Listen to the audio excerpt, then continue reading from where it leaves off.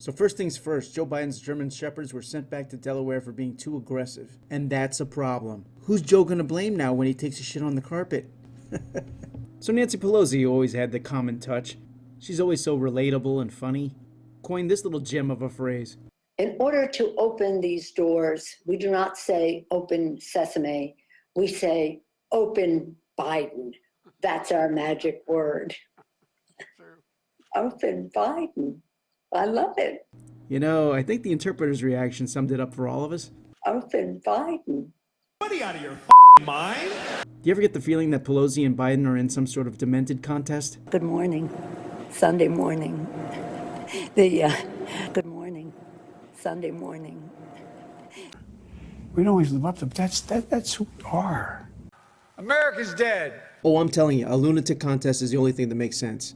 It's a total dement-off in the octagon. Open Biden! Yeah, I think a coroner will be doing that relatively soon. Dr. Fauci's warning that there's a new variant of the virus. And when he says that, now I know that he means that there's a new variant of tyrannical insanity that might sweep the nation unless we completely ghost him immediately. The CDC isn't elected, so while you should listen, they should not be the final word on every aspect of your life. We know that COVID is primarily a threat to seniors. We know that 78% of COVID hospitalizations are obese people. So there isn't a lack of sympathy or care. But the one-size-fits-all approach makes no sense, especially since no one seems to care about tracking just how damaging that approach is. Look at this. Look at whatever you give. More and more, the CDC just sounds like a deranged square dance caller. Grab a fence post, hold it tight, whomp your partner with all your might. Hit him in the shin, hit him in the head, hit him again, the critter ain't dead. So Texas and Mississippi had enough and decided to open up. Biden said that this was Neanderthal thinking. But then Connecticut, Maryland, even the Emmy Award-winning governor himself decided to loosen things up a little bit. There seems to be a super spread of Neanderthal thinking. Which comes down to the principle of just letting people choose for themselves. Also note that each governor is doing what they want to do. That's part of the 10th Amendment. Remember all that criticism about Trump not having a national plan? He couldn't and wouldn't impose that, because that would make him a fascist. So as you know, Meghan Markle accused the royals of being racist. Burger King's ironic tweet about sexism backfired. Basically, a lot of monarchies are in trouble. I hope Dairy Queen keeps her mouth shut. Meghan Markle's claim about racism didn't get into specific names. It was just an unchallenged accusation, which seems to fall in line with a lot of other accusations. So sure, bring the royal family into it, I don't care. It classes things up a bit. I wonder what Lord Sharpton will say. But resist we much, we must, and we will much about that be committed. Or Don Lemon, the Earl of Racebait. I'm sure he has something positive to contribute here. The whole institution is built on a racist structure. Charles Blow, joke writes itself, a New York Times writer, wrote about how Pepe Le Pew was an endorsement of rape culture. Apparently, it helped teach boys that no really didn't mean no. First of all, notice that the target is a cartoon character created in 1945. Maybe you should look at rap lyrics and video games. No kid today knows who Pepe Le Pew is. Really timely stuff. And there's no proof at all about what this guy's saying. So now Pepe Le Pew is canceled. Watch out, Elmer Fudd. With your cruel portrayal of people with speech impediments and funny laughs, only one can guess the kind of pain this guy's inflicted. So literally every 2 seconds there's a new thing to be offended about. This is the serious part of the video because it's alarming.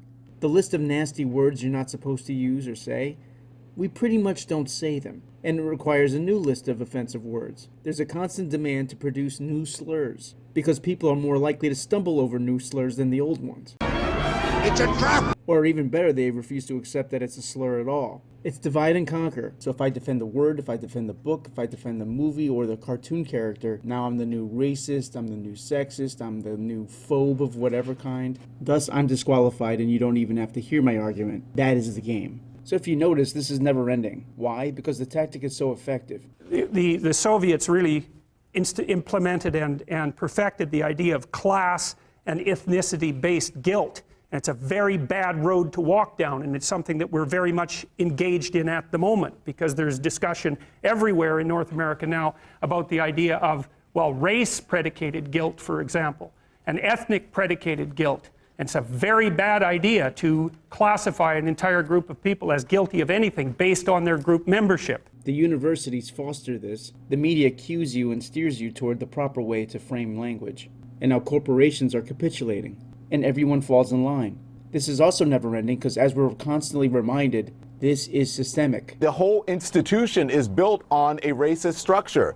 The whole point of the game is to stay in the game, to just move on to the next thing. It's like pulling a thread on the sweater. What do? You get another brilliant idea, a special idea, another situation. So if it is system-wide, then I need to continue to look system-wide. The whole structure is evil, so my goal is to take it down, piece by piece. President Trump will be at Mount Rushmore, where he'll be standing in front of a monument of 2 slave owners and on land wrestled away from Native Americans. And every time you eliminate something or reframe your language, that's progress. So this isn't a slippery slope argument. We've already slipped. We're completely kowtowing to semantic supremacists. There's no definitive vote, there's no definitive debate. People just become scared of offending anybody because they can lose their jobs, their livelihood. It's so much safer to keep your head down and not challenge. And if you do dare to challenge, then one side is always playing offense and the other is playing defense. And politically, you never win by playing defense. This makes the left the official word referees. They become your boss because they now have power over you they have no business having. America's dead. Not yet, but it's in trouble. Thanks for watching, but I could use your help. So subscribe, like, comment, share, donate if you like, and check out more. Take it easy.